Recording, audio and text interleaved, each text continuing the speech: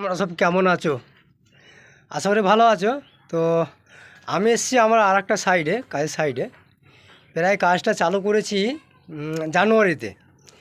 তো জানুয়ারিতে করে 1 মাস লেগেছিলো, তারপর কাজটা বন্ধ করে দিল ভরাটির জন্যে।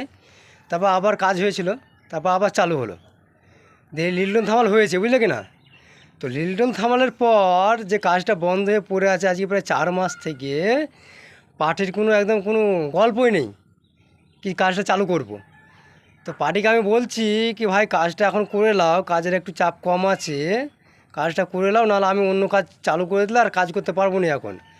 বলছি দাদা এখন পয়সা একটু শর্ট আছে, পয়সা করি নেই, তো ওই জন্য কাজটা বন্ধ করে রেখেছি। আচ্ছা ভালো কথা, ঠিক আছে, পয়সা করি বন্ধ করে, পয়সা নেই কাজ বন্ধ করে রেখেছো, ঠিক আছে। কাজটা নীলদোর থামাল হয়ে গেছে, বুঝলে কি না? 1100 স্কোয়ার কাজ নীলদোর থামাল বন্ধ হয়ে পড়ে আছে। তো টাকাটা তো আমার ঢুকে আছে, বলছে এখনও 5-6 মাস করতে পারবো না।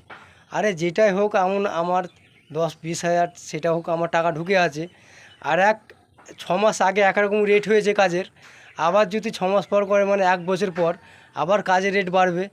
হ্যাঁ, তো ওইগুলো দেবে না পার্টিরা। আমি যদি 1 বছর টাইম লাগে আমাকে কিন্তু আরও 20 টাকা করে রেট দিতে হবে। ওই হ্যাঁ, মিস্ত্রি গরিব শরীর মানুষ, আমি দেখো আমরাও গরিব শরীর মানুষ, আমরাও পেটের দায়ে কাজে এসেছি, বুঝলে কি না?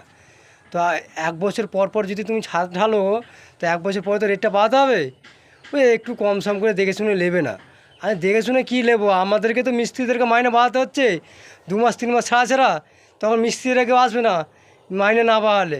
আমি না বাড়াচ্ছি অন্যজন বাড়াচ্ছে, অন্যজন না বাড়াচ্ছে আর একজন বাড়াচ্ছে। একে তো কম্পিটিশনের মার্কেট, আর এখন এরকম অবস্থা, বুঝলে কি না? তো চলো আমি কাজটা দেখাচ্ছি তোমাদেরকে, কাজটা দেখো। হ্যাঁ, চলো কাজটা কতটা হয়ে পড়ে আছে, বুঝলে?